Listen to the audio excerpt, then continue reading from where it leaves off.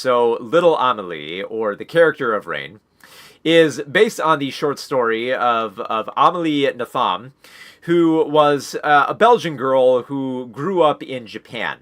So a very interesting situation. This very kind of like very autobiographical type of story here of, just of growing up. First off, beautiful 2D animation here. I love the way that it's set up here. And it feels like it could be very like whimsical. Like I love the look of this film. I love the way that it proceeds, how it transitions from scene to scene. But I think what really engrossed me so much about this film is the route it takes with trying to center around the character of Amélie. So Amélie kind of narrates this film as in this belief that she is a god. That, when she was born, I am a god. And I think, for one, yes, it's not meant to be literal. She's not really a god. It's the perspective of children. Children believe that they are in control of everything, even, when they're very young and want to grasp everything. So there's this very kind of, I love the kind of the internal dialogue of Amélie here, the way that she views herself as a god and kind of like chooses when to speak and how she understands aspects of life. And I think this approach, like for one, yeah, it's a bit humorous, especially when when they throw the grandmother of Claude into the mix, when she brings like chocolate around, and that just giving chocolate to Amélie just awakens something in her. It's like she is transcended to a new level in life. It's like, yes, I now understand the beauty in Belgian chocolate to ascend to the next level. And for one, yeah, it's amusing, but in a way, it's also very it's also very mature in the sense that it's taking the child's perspective very seriously here. Like it doesn't feel like it's trying to dumb down aspects of this character for like an adult audience. It feels very relatable to children who want to be taken seriously and be seen as a much more powerful figure. Because when you look at it from the outside, Amélie just looks like a very, quiet, cute little girl who kind of, slowly learns to talk at a much slower rate than other people. So she's kind of seen as an underdog by the other members of her family. But internally, Amélie sees herself as just like this much bigger force who is much more thoughtful, understands the world better, understands life, understands death, chooses her words wisely, and focuses on aspects of her world that she wants to understand in her own little ways. And yeah, and it's equally amusing and mature at the same time. There's something very beautiful about it, especially as the film goes along. She starts connecting with the nanny hired for them, which is Nishio. And Nishio, like the connection that Amélie has with her, is very sweet because Nishio kind of like is very patient with Amélie. She kind of shows her different like Japanese monsters from books and stuff like that, and she's very open with Amélie.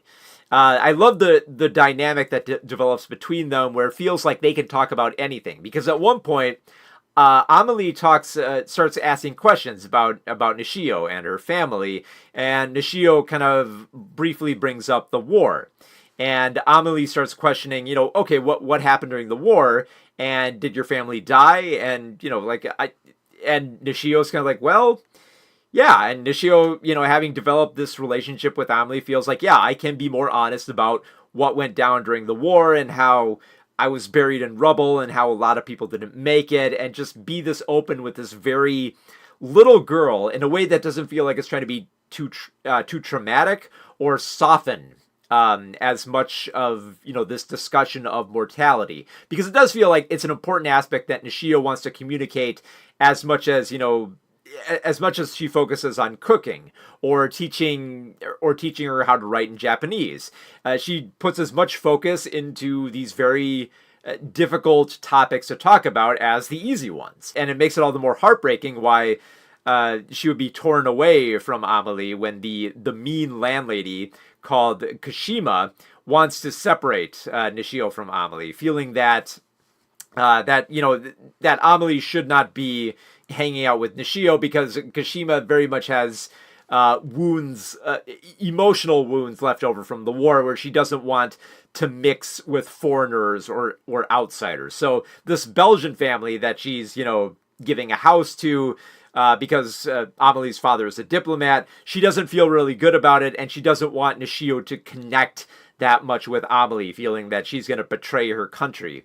So very difficult, a very difficult and interesting situation here that Amélie is in, especially when she feels like everything has been taken away from her, and how she feels like her family doesn't understand her. Like, they try, her family at one point recognizes that she takes an interest in fish, but Amélie is really only interested in fish because Nishio kind of made a joke like, oh, the fish kind of look like boys, because Amélie starts realizing, oh yeah, boys are much more celebrated in Japan than women. So fantasizing that these ugly ass fish look like boys is so satisfying to her. And then to have those fish come back to her as a present just feels like the ultimate insult after taking away Nishio from her.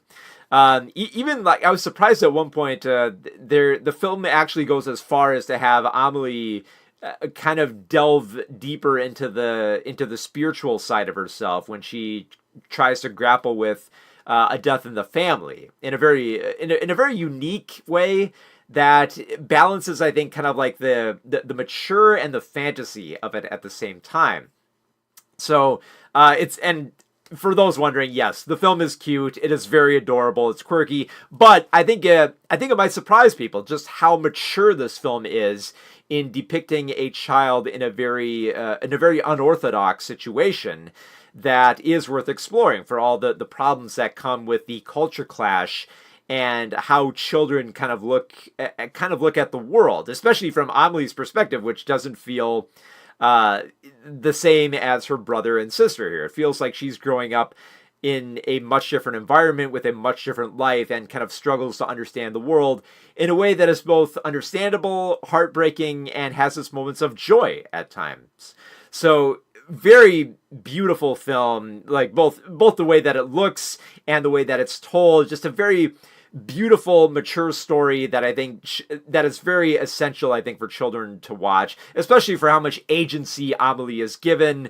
That it very much reminded me of of Hayao Miyazaki's films, where kids get to take center stage and control more of their story here, and that's very much the case with little Amélie here. So yeah, I was just amazed and very, very charmed by little Amélie, or the character of Rain, for presenting a very admirable depiction of a cartoon kid that you just want to love. You got a very good feeling about Amélie as the film goes along. You really want to see what she does next in life. So yeah, I absolutely love the hell out of little Amélie.